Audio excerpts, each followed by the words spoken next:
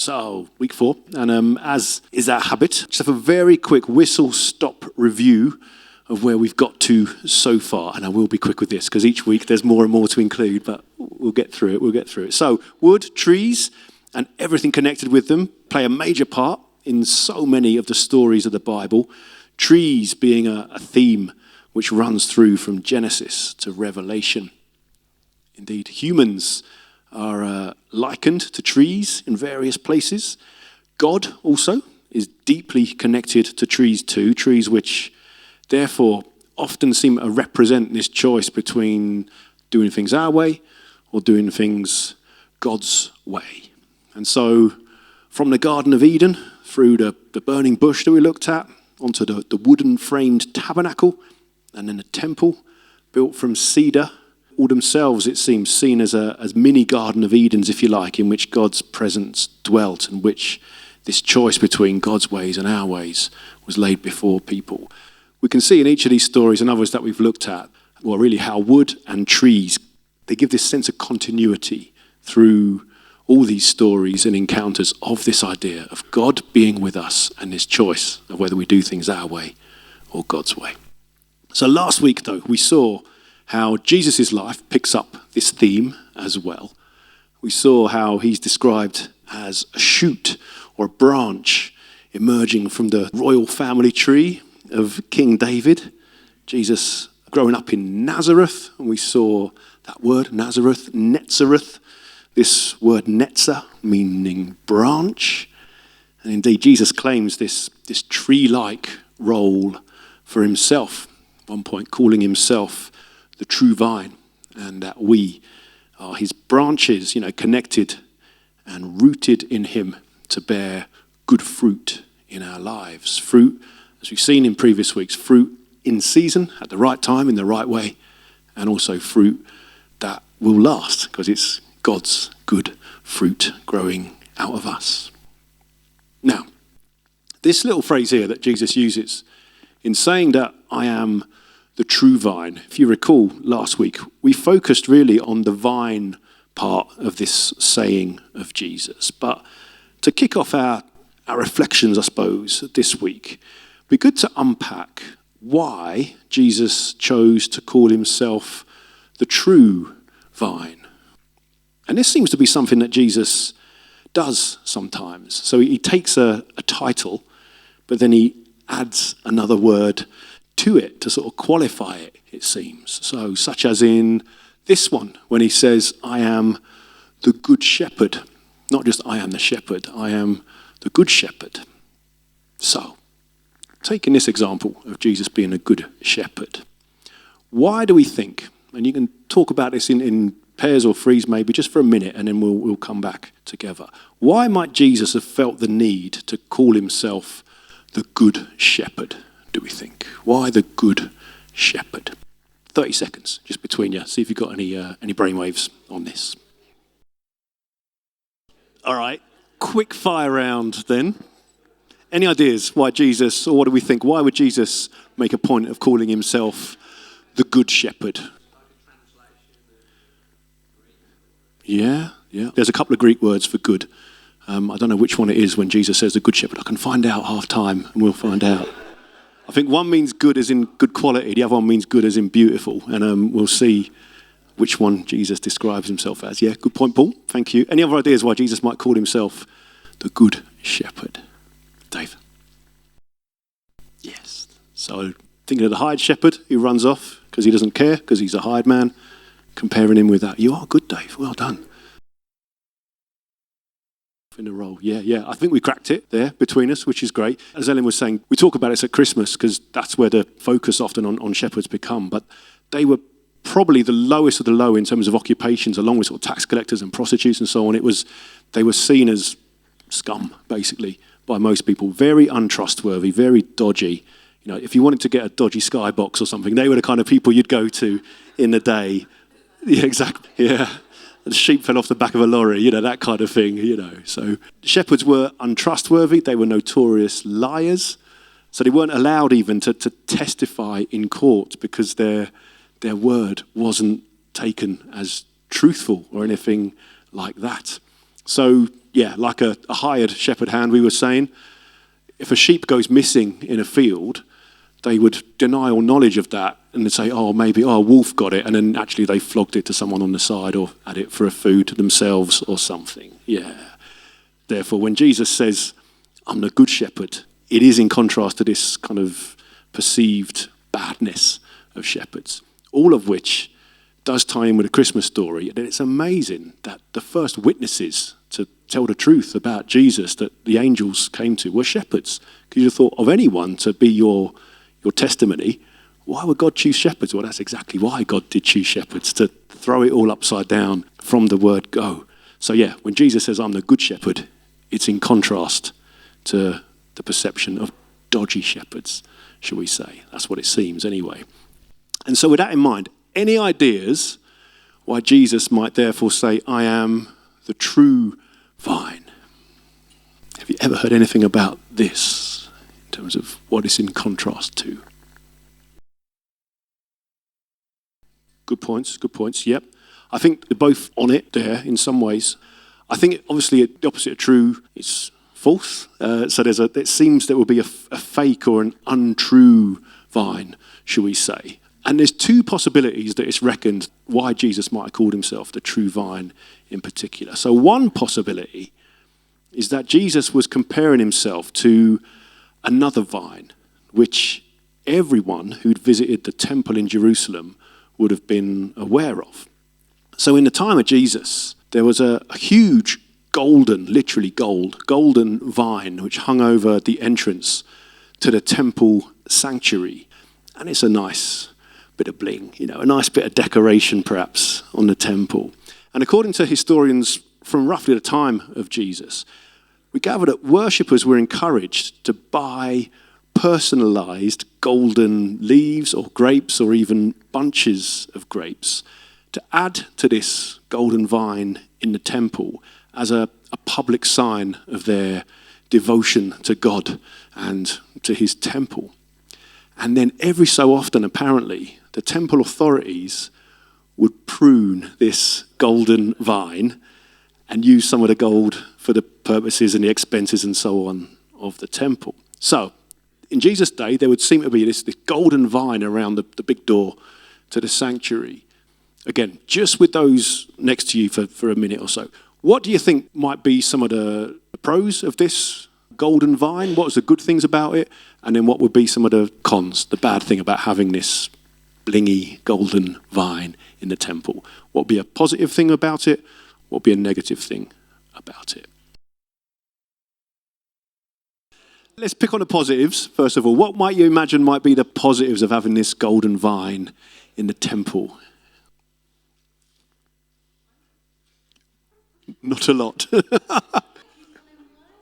Kept people in work, yeah, the local goldsmiths and all that.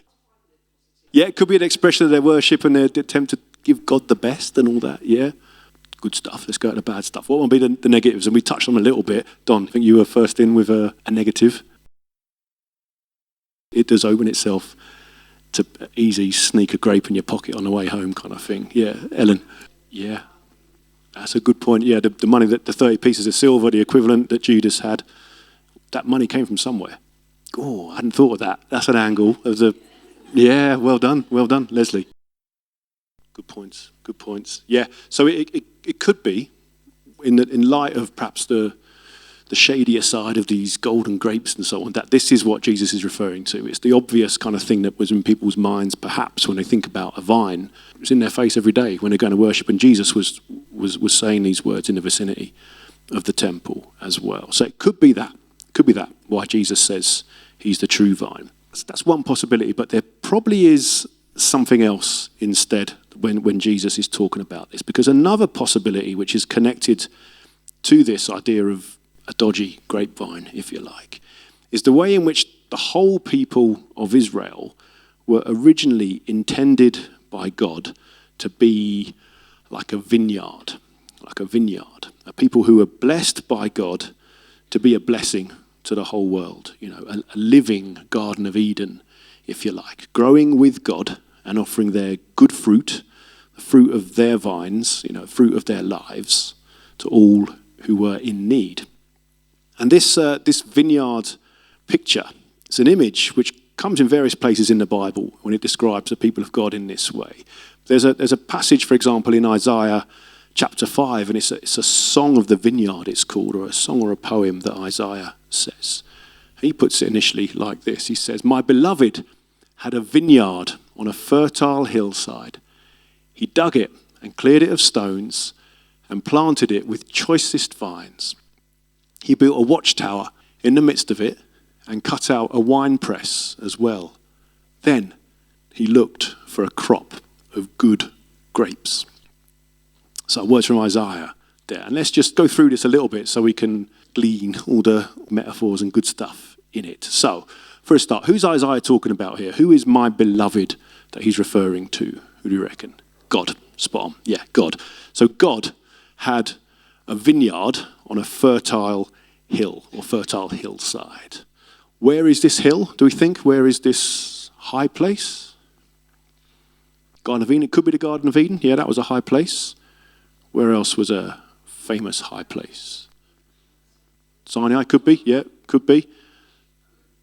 We think that Isaiah here is talking about the hill on which the temple was built. So this Mount Moriah in Jerusalem here. We'll see why in a minute. So we're told that God then dug it and cleared it of stones. What might that mean other than some sort of Alan Titchmarsh skills going on by God?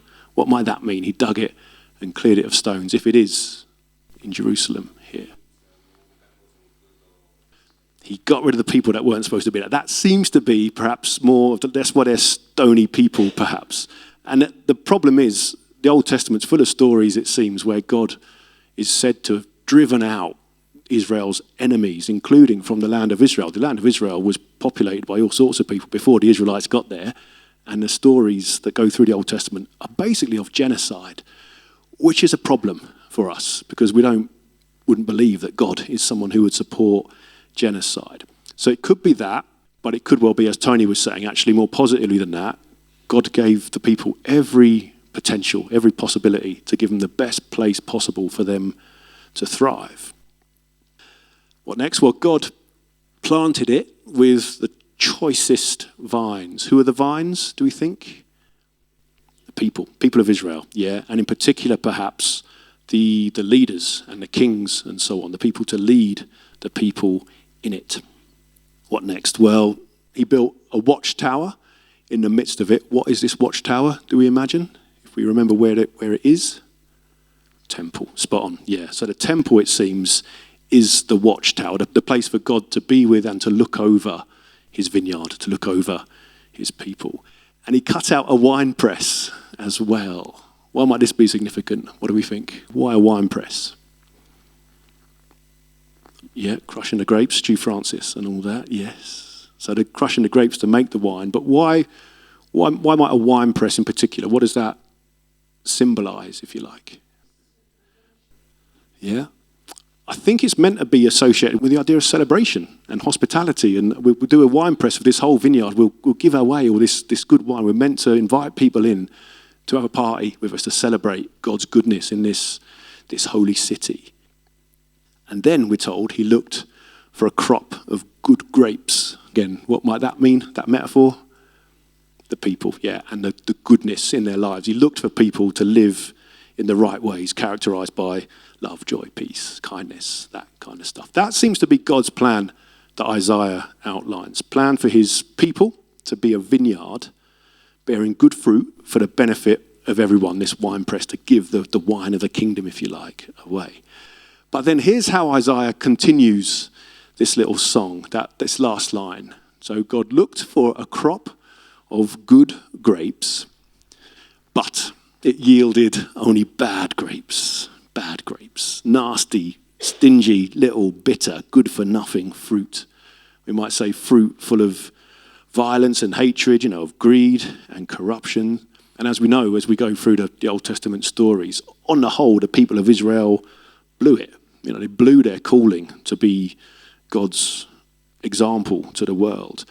And so in this passage here, Isaiah has God saying this. And now, inhabitants of Jerusalem and people of Judah, judge between me and my vineyard. What more could have been done for my vineyard than I have done for it? When I looked for good grapes, why did it yield only bad? And as this passage goes on, God is described as withdrawing his blessing and his protection from these ancient Israelites because they've become a rotten vineyard. Because, as it says a couple of verses later, because God, he looked for justice but saw bloodshed. He looked for righteousness, but he heard cries of distress. So that's Isaiah's take on things, how things have gone. Holding those thoughts, though, we're going to take a look at an encounter that Jesus has in the temple in Jerusalem with the chief priests of Israel of his day. Israel's religious leaders who Jesus has already had a few run-ins with due to their oppressive style, perhaps the corruption in the way that they were leading the people. And so with those words of Isaiah in mind, all this talk of vineyards and fruit and watchtowers and wine presses, have a listen to this parable that Jesus tells to these religious leaders, which is found in Matthew's Gospel, chapter 21. Have a listen to this. There was a landowner who planted a vineyard. He put a wall around it, dug a winepress in it, and built a watchtower. Then he rented the vineyard to some farmers and moved to another place. When the harvest time approached, he sent his servants to the tenants to collect his fruit. The tenants seized his servants. They beat one, killed another, and stoned a third. Then he sent other servants to them, more than the first time, and the tenants treated them the same way. Last of all, he sent his son to them. They will respect my son, he said. But when the tenants saw the son, they said to each other, "This is the heir. Come, let's kill him and take his inheritance." So they took him and threw him out of the vineyard and killed him. Therefore, when the owner of the vineyard comes, what will he do to those tenants? "He will bring those wretches to a wretched end," they replied, "and he will rent the vineyard to other tenants who will give him his share of the crop at harvest time."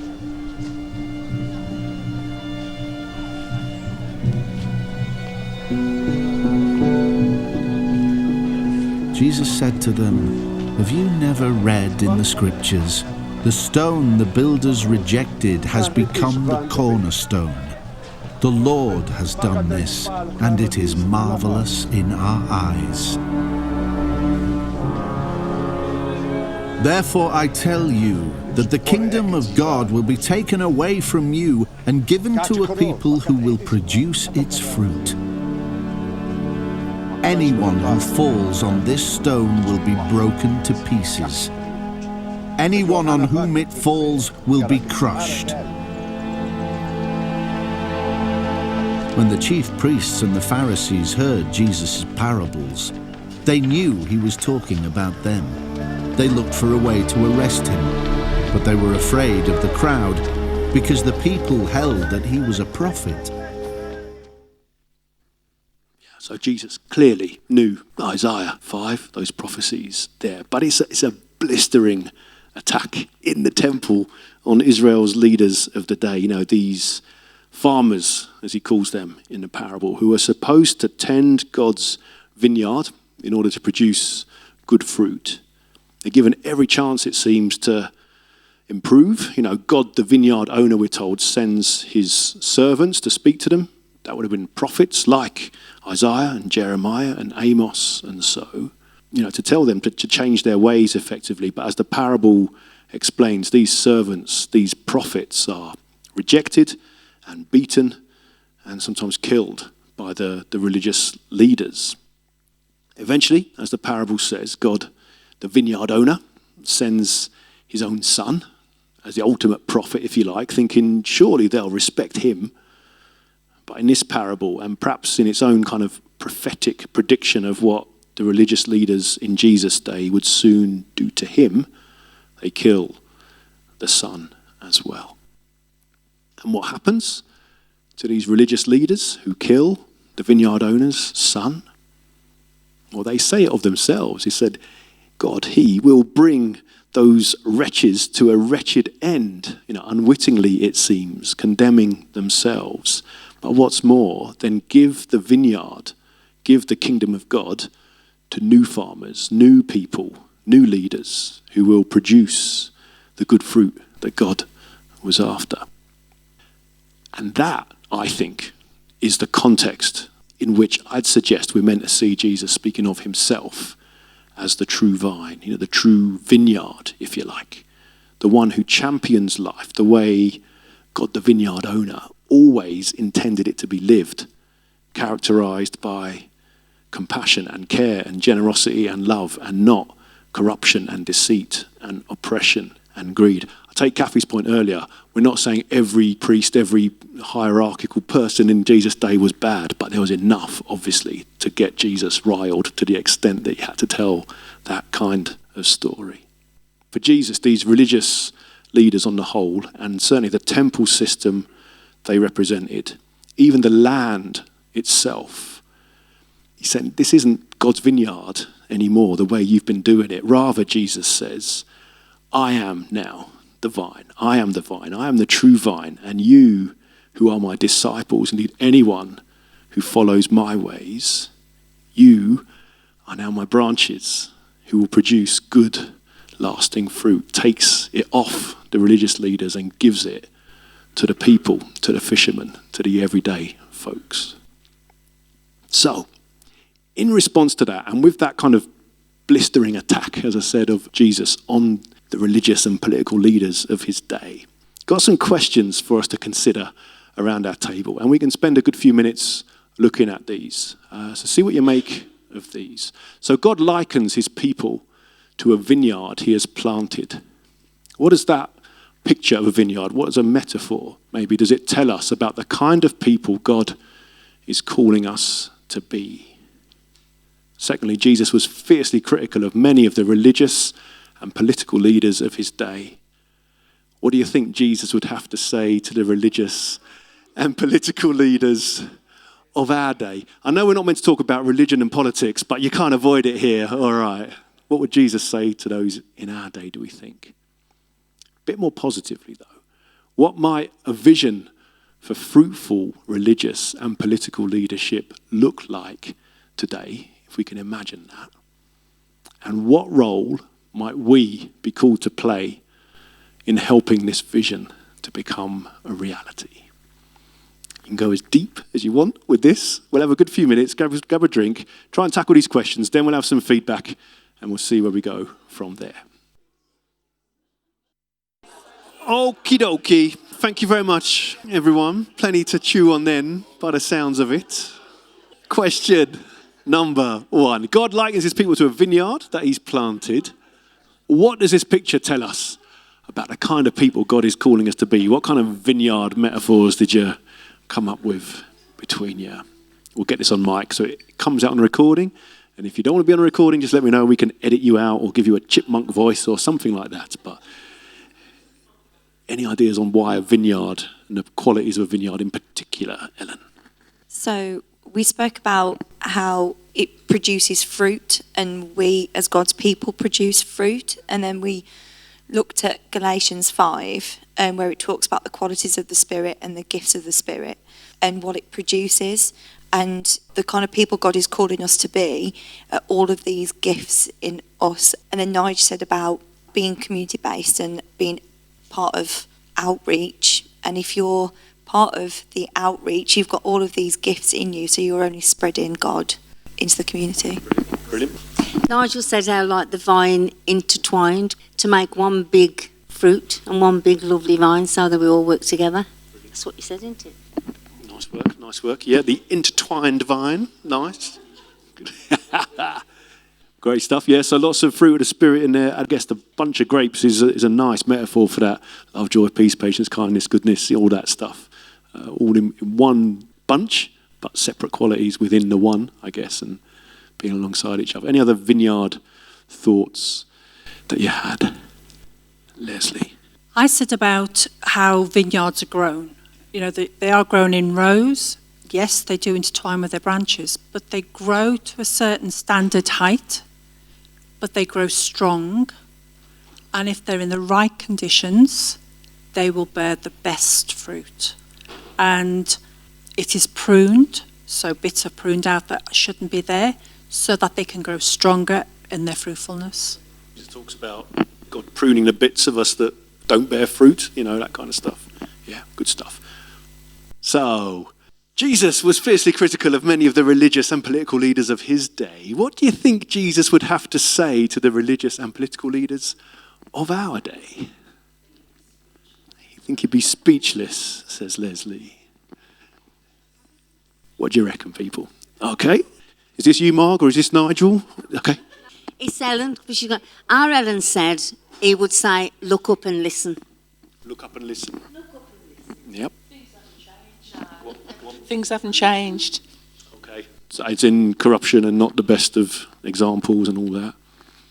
Dave. I think it's quite difficult to be critical of political leaders because I'm finding it very difficult at the moment with the religious setup, with all that's coming out. So I don't know what people know, but the whole sole survivor thing is just deeply shocking, and that's spilling over into new wine.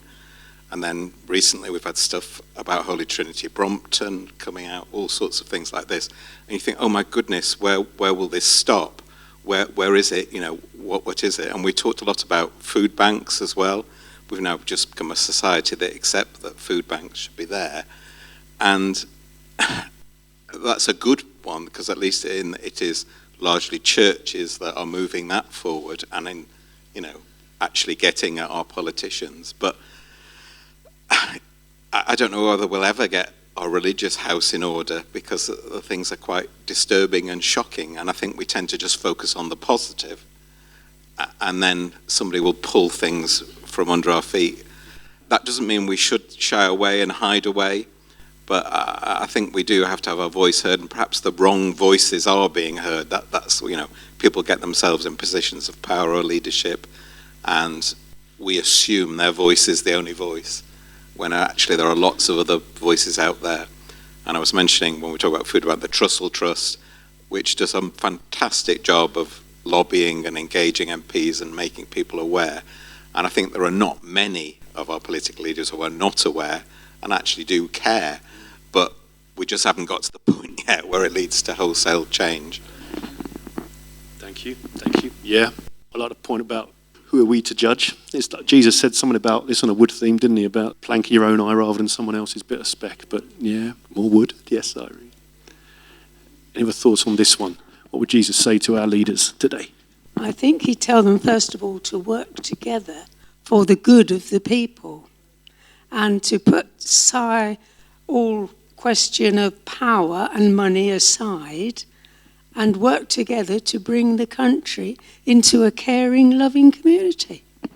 Val for Prime Minister, I reckon. Good stuff. Thank you. And then Dave, over here. Just a quick one. Tell the truth. Like it. Which leads which? Does politics lead religion, or does religion lead politics? How should it be? Yeah, thanks, Don. I looked up when Paul mentioned about what was the word of the good shepherd, and the good in the Greek is the word kalos in John 10:11 when Jesus says that. And kalos is this word good as in beautiful and inspiring and helping others to follow whatever is lovely and captivating and all that kind of stuff. And I wonder if a better way to overcome the bad is to be better, not just slag it off kind of thing. So there's got to be something inspiring and positive that I think that's where Jesus was at, leading things by example rather than just being destructive, deconstructive, if you like, with it all. Apparently we've got parents who's looking after the kids and all that lot. They need some help. Like our parents who got off the streets, they need some help for parents. Yeah, the social care system, all that, backstop for people who are struggling. Yeah, thank you.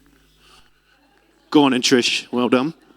Yeah, I was just thinking that Jesus would be aghast at the factions within Christianity and the arguments and the petty, it has to be done this way and we have to do things that way.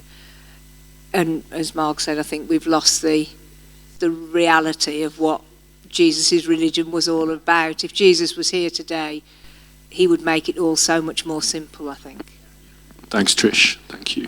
And Mike. The question on faithful religious and politician leaders, I do believe they probably need each other. The righteous one, the religious ones, to call out the wrongs in the politicians. The politicians have the power to work and improve people's lives, and the religious leaders have the power to correct them where they're going wrong. So I think they need each other, one for everyday thing and one to make sure they're doing it right. Yeah. Thanks, Mike. Thank you. Thank you. Yeah, I mean, it's interesting. The House of Lords gets some criticism for having bishops in it, 26 bishops, whatever it is, unelected and so on. And rightly, in some ways, people might think that's not the place in a democracy. Yet on the other hand, as Mike's saying, actually there's real wisdom and learning and an angle into people's lives that perhaps might be missing if they weren't there. So, yeah, you can see both sides of that. But yeah, thank you, Mike. Thank you. That leads us really and touches on to the third one. What might a vision for fruitful religious and political leadership look like today? Let's think. We've heard bits of it, like in terms of tell the truth and all that kind of stuff. What we got over here, Mitch? Thanks. Well, we started to talk about our political situation, our country, and then we went on to talk about Russia and what was going on in Israel and Ukraine and America and various other things that we've seen on the news. But personally, I find that quite difficult because I find it quite mind-blowing, really. And it makes me feel a little insignificant and what can I do about it? Then we talked about religious and political leaders. We thought a vision for them would be ones who enabled individual communities to be able to support themselves and to be able to flourish. And we felt that if every individual community was able to flourish, then whole nations would then flourish once those communities came together. And so we found that more helpful, I suppose, than looking at it at a whole world level. And just to pick up on the word fruitful as well, and it's going back a little bit to looking at vineyards, but I guess we haven't talked that much about the kind of the wine that's produced and the drinking of the wine. And really the sole purpose of a vineyard is to produce wine, and we drink wine when we're having a good time and to be joyful. And I think religious and political leadership would be people who enable their communities to live in joy as well. So yeah, that's what we talked about. Imagine if there was a political party with joy in their manifesto as like a headline. That would change the world somewhat, I imagine. But yeah, thank you for that, Mitch. All the small ways in which villages and towns come together. Kim? I think it's very idealistic. However, I always looked back to Jesus, and Jesus did what he said. He lived as he talked. And I think if we had religious and political leaders, and I actually think, I know it sounds quite naive, but I think that political leaders go into the role to help other people. They want a better society, but they get sucked in to the mechanism of politics. Like the press are always trying to trip them up or find out something wrong with them or whatever. But I think that, I mean, the one political leader who I thought actually walked the walk and talked the talk was Angela Merkel. You know, she was the leader of a very rich and powerful country, but lived in a flat and did her own cleaning and cooking and washing. But I'm sure there was a lot wrong with Angela Merkel as well. But I think the baseline of religious and political people is make your life what you say is what you do, and also what you do is to make society a better place. Easy. Stuff. Yeah, talk the talk, walk the walk, all that stuff. Yeah, so again, I come back to Kathy's point earlier about the leaders in Jesus' day. It was a broad brush in terms of their being corrupt and dodgy, but actually you look in the House of Parliament and what you hear from politicians who are decent is that there's a lot of decent politicians. They just don't get the platforms that the more mouthy, dodgy ones get, it seems. But I know that locally, you know, even if you're Labour or Blue or whatever, locally, all our councillors, I think, have got Burntwood at their heart, you know.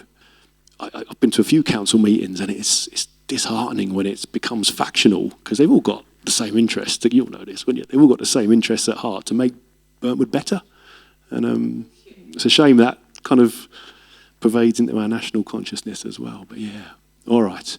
Any other thoughts on this? The role that we might play? I mean, we're touching on it a bit with this final question in what the last couple of things we've done, especially Mitch's point about starting small, perhaps, and local, and letting that diffuse out. But any other final thoughts on any of this, Ellen? I just thought, because it's played on my mind quite a few times, and it's a bit sort of what Mitch was saying about, well, what can I do? What can I help? But it's just a reassurance that your voice matters. You think like, oh, you know what, who am I? I'm not going to be listened to, or my vote won't count. Your vote does count, and somebody does listen.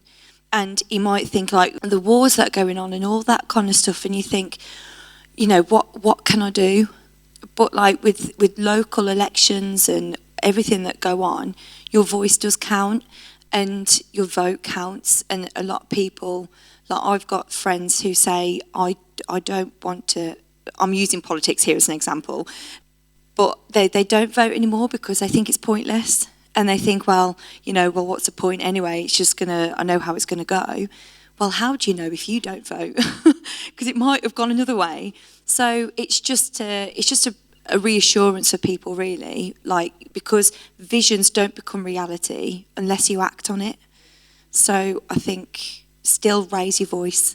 You need to shout. Nice one. Yeah, Mike. Just as Alan says, I think it's important that we vote, but it's also important that we look at our candidates as in much detail as we can to make sure we're voting for the person we think is going to do the best of society, our role, or whoever. It's most important not just going willy-nilly and vote. Really look at the candidates beforehand. Thank you. And there are elections coming up, aren't there? In May, locally, and so on, and a general at some stage this year as well. But yeah. All right, we're out of time, but thank you very much, everyone. Thank you. All right. So, a few sort of thoughts really to conclude our time tonight and then set us up for what we'll look at next week. I guess it's interesting, really, at the end of the parable that Jesus told in the temple to the religious leaders, we're told this at the end, that the leaders, they looked for a way to arrest Jesus, but they were afraid of the crowd because the people held that he, Jesus, was a prophet.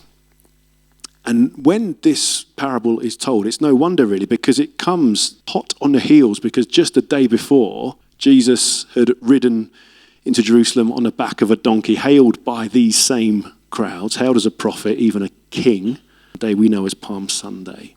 Now, Dave is speaking on Palm Sunday in a couple of weeks. I don't want to steal any of his thunder for that one, so we won't dwell too much on Palm Sunday. But one thing worth mentioning here is that the palm branch was an ancient sign primarily of victory.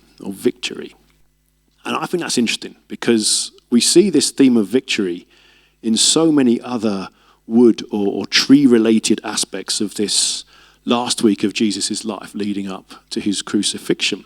So, for example, at the Last Supper, when Jesus distributes wine, the fruit of the vine, as he calls it, he tells the disciples this. He says, "Take this and divide it among you. For I tell you, I will not drink again of the fruit of the vine until the kingdom of God comes." Harks back and seems to Mitch's idea about wine being there for joy. And even with his arrest and his death imminent, Jesus uses the language here of hope, of victory.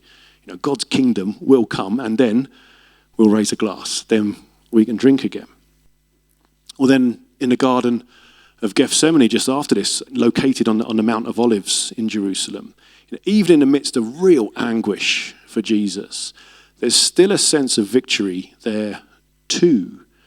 In what way? Well, I think it's worth noting for a start that the setting of Jesus' anguish is a garden.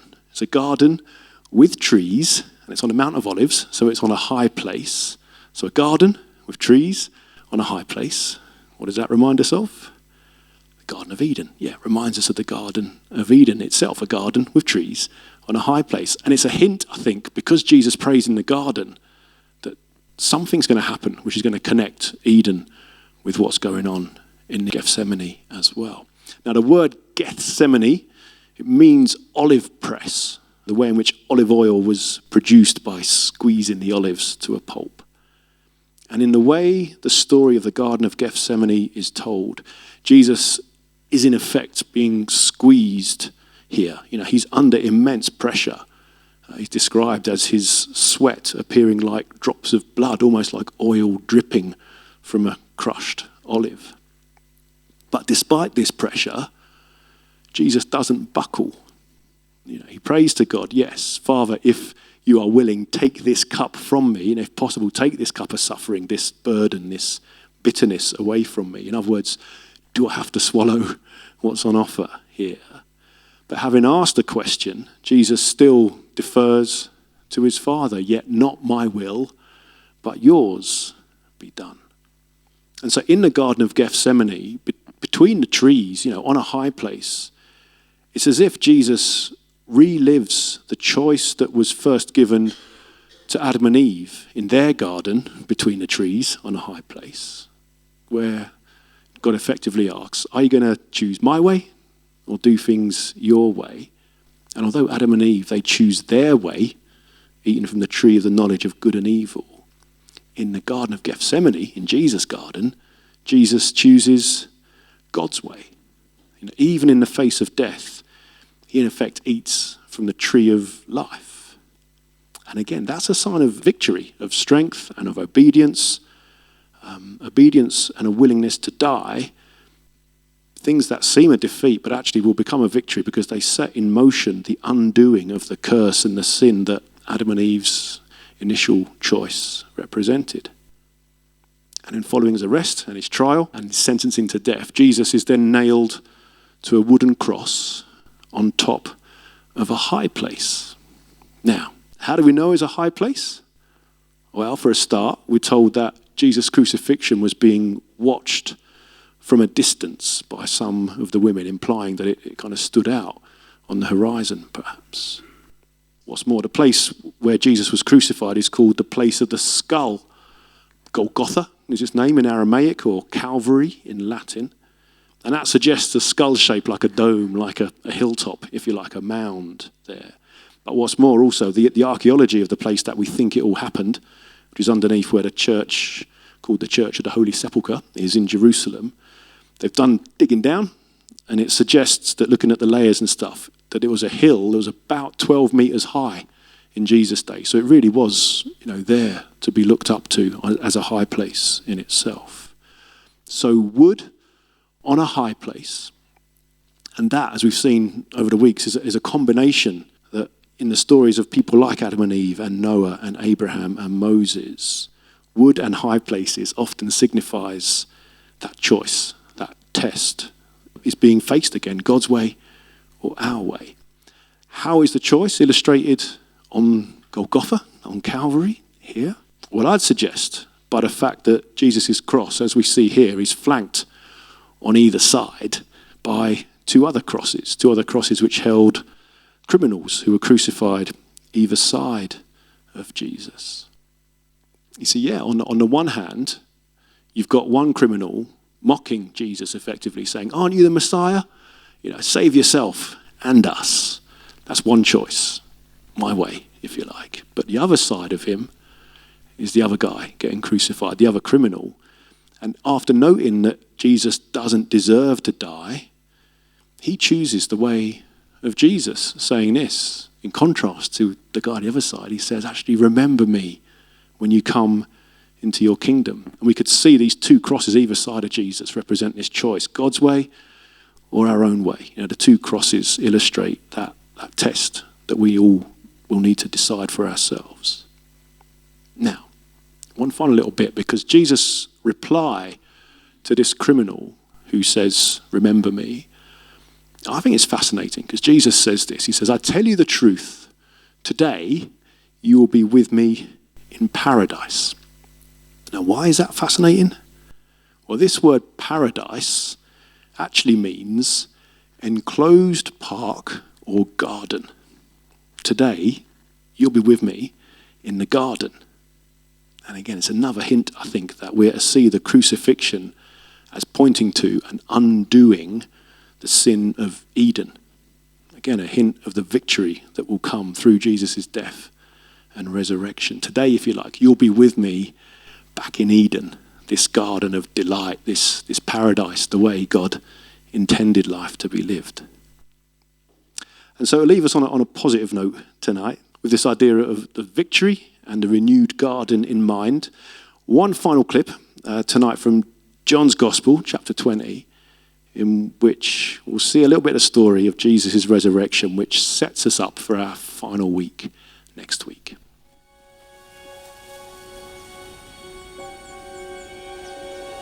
Now Mary stood outside the tomb, crying. As she wept, she bent over to look into the tomb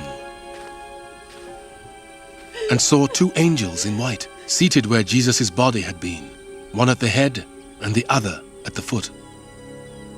They asked her, "Woman, why are you crying?" "They have taken my Lord away," she said, "and I don't know where they have put him." At this, she turned round and saw Jesus standing there, but she did not realize that it was Jesus. He asked her, "Woman, why are you crying? Who is it you are looking for?" Thinking he was the gardener, she said, "Sir, if you have carried him away, tell me where you have put him, and I will get him." Jesus said to her, "Mary." She turned towards him and cried out in Aramaic, "Rabboni," which means teacher.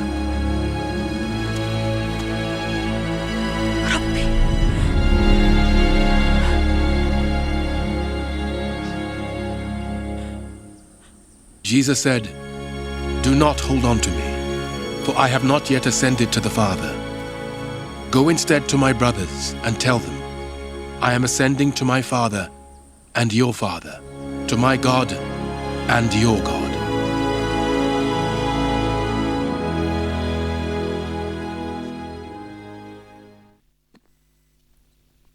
Told this, thinking that he was the gardener. That's Mary's thought initially. And I guess in some ways, Jesus was. His resurrection, it ushers in the renewal of the Garden of Eden, this place of encounter and closeness with God. Initially spoiled by sin, but now given new life and new hope, a new beginning, a new creation, if you like, through the resurrection victory of Jesus. It's no accident that Jesus is raised to life in a garden, because his resurrection represents this new creation. And that's the language that the Apostle Paul in 2 Corinthians picks up when he says this: "Therefore, if anyone is in Christ, the new creation has come, the old is gone, and the new is here." And that's a theme which we'll pick up next week in our final week of these sessions. So all that's to come next time.